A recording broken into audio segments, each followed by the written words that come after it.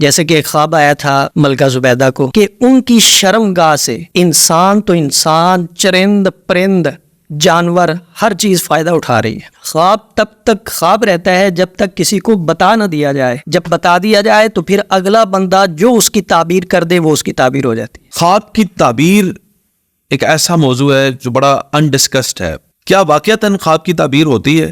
خواب سچے ہو سکتے ہیں؟ جی بالکل، انبیاء کے جو خواب ہوتے ہیں وہ تو بالکل سچے ہوتے ہیں، اور عام انسانوں کے جو خواب ہیں وہ بعض اوقات سچے بھی ہوتے ہیں اور بعض اوقات خیالات بھی ہوتے ہیں اور بعض اوقات خواب جھوٹے بھی ہوتے ہیں۔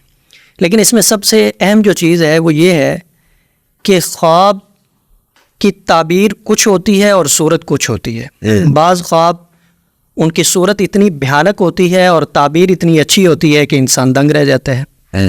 بعض خواب اتنے خوبصورت ہوتے ہیں مگر ان کی تعبیر بڑی بھیانک ہوتی ہے۔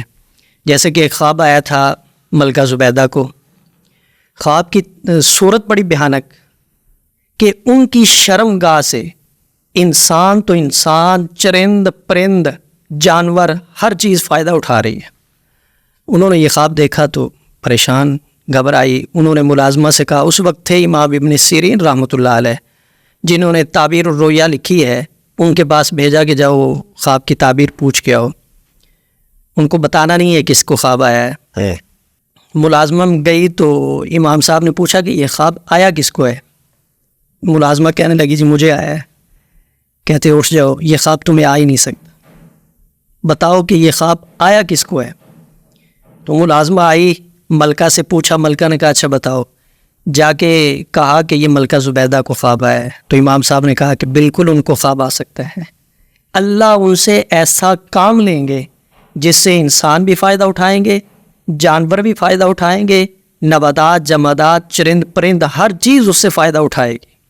پھر اس خواب کی تعبیر سچی ہوئی۔ اللہ نے ملکہ زبیدہ سے کام لیا۔ حاجیوں کے لیے مکہ کے اندر جو نہر زبیدہ بنائی گئی تھی وہ ملکہ زبیدہ نے بنائی تھی۔ یہ اس خواب کی تعبیر تھی۔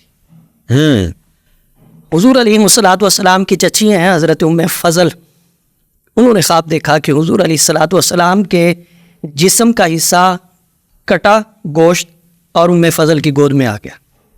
اچھا، بڑی پریشان ہوئی، حضور علیہ السلام سے کہنے لگی میں نے خواب دیکھا ہے، اچھا نہیں ہے، میں بڑی پریشان ہوں۔ حضور مسکرائے، آپ نے فرمایا ام فضل، میری بیٹی فاطمہ کے ہاں اللہ بیٹا دے گا اور وہ تمہاری گود میں کھیلے گا اور تم اپنے بیٹے قاسم بن عباس کے ساتھ اسے دودھ پلاؤ گی۔ یہ خواب سچا ہوا۔ تو بعض خواب ان کی صورتیں بڑی بھیانک ہوتی ہیں اور تعبیرات بڑی اچھی ہوتی ہیں۔ ایسے ہی خواب تب تک خواب رہتا ہے جب تک کسی کو بتا نہ دیا جائے، جب بتا دیا جائے تو پھر اگلا بندہ جو اس کی تعبیر کر دے وہ اس کی تعبیر ہو جاتی ہے۔ اس لیے کہتے ہیں کہ خواب اس بندے کو بتائیں جو آپ کے ساتھ مخلص ہے۔ اگر وہ زبان سے کوئی جملہ نکالتا ہے تو آپ کی خیر خواہی میں نکالے، اور اس کو بتائیں کہ جو علم جانتا ہے۔ تو خواب جو ہے ہر کسی کو نہیں بتانا چاہیے۔ اچھا، میں اب کچھ ایسے خواب ہیں جو عام طور پہ لوگ دیکھتے ہیں، ان کے بارے میں پوچھوں گا۔ پہلے مجھے یہ بتائیں، اگر کسی نے بھیانک خواب دیکھ لیا ہے تو کیا صرف اگر وہ صدقہ کر دے تو اس کا وہ ٹل جائے گا معاملہ؟ ہاں بالکل، ایک صورت صدقہ کرنے کی بھی ہے، دوسری صورت یہ ہے کہ اگر بندے نے خواب دیکھا ہے تو لا حول ولا قوت الا باللہ پڑھ کے، آیت الکرسی پڑھ کے سو جائے، وہ معاملہ ٹھیک، بالکل ٹھیک۔ اور اس کے متعلق بھی کہتے ہیں کہ بائی جانب لا حول ولا قوت الا باللہ پڑھ کے تھوک دیا جائے، تھو تو وہ معاملہ ٹھیک ہو جاتا ہے۔ بلکہ صدقے کا اہتمام کرنا چاہیے، صدقہ کرنا چاہیے، اس سے بالکل خواب کرنا چاہیے۔ کے اندر جو ہے ہاں، جو مصیبت تکلیف آنے والی ہوتی ہے اللہ اس کو ٹال دیتے۔ کوئی بیسک اس میں ٹرمینالوجی ہے ایسی کہ پتہ چل جائے گا یہ خواب تھا تو یہ سچا ہو سکتا ہے، اس کی تعبیر ہو سکتی ہے، اور یہ ایک وسوسہ تھا اور یہ جھوٹا خواب تھا؟ سحری کے جو خواب ہوتے ہیں یہ اکثر سچے ہوتے ہیں۔ یہ اچھا، یہ اوقات سے، وقت کس سے؟ اچھا، سحری کے۔ اور دن کے جو خواب ہوتے ہیں وہ خیالات ہوتے ہیں، ان کا حقیقت سے کوئی تعلق نہیں۔